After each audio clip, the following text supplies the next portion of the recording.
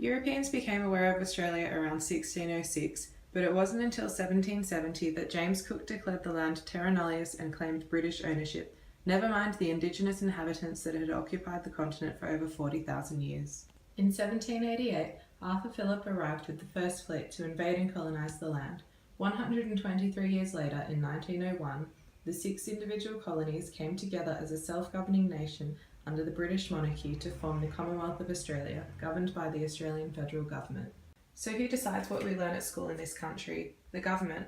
And who is the government overseen by? The British monarchy.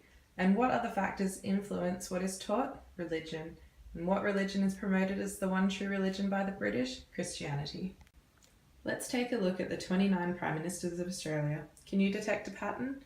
In 116 years of Australian government, we have had 28 white men and 1 white woman. That's 1 woman and 0 racial diversity.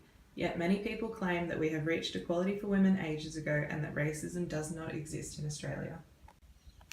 The lack of racial diversity in the earlier years is unsurprising considering the White Australia policies that effectively barred people of non-European descent from immigrating to Australia, the last of which was only dismantled in 1973. However, what is the excuse for the past 44 years when Australia is now the most ethnically diverse country in the world?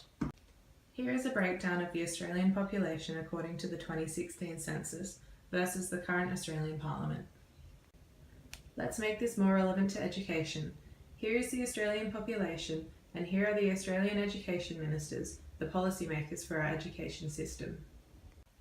So our curriculum is culturally bound to British colonialism and whiteness. How can we fix this?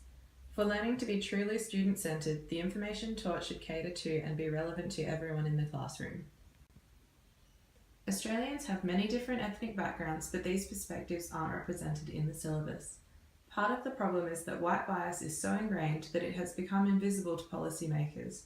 To combat this, there needs to be representation that actually reflects the Australian population at all levels of education and government.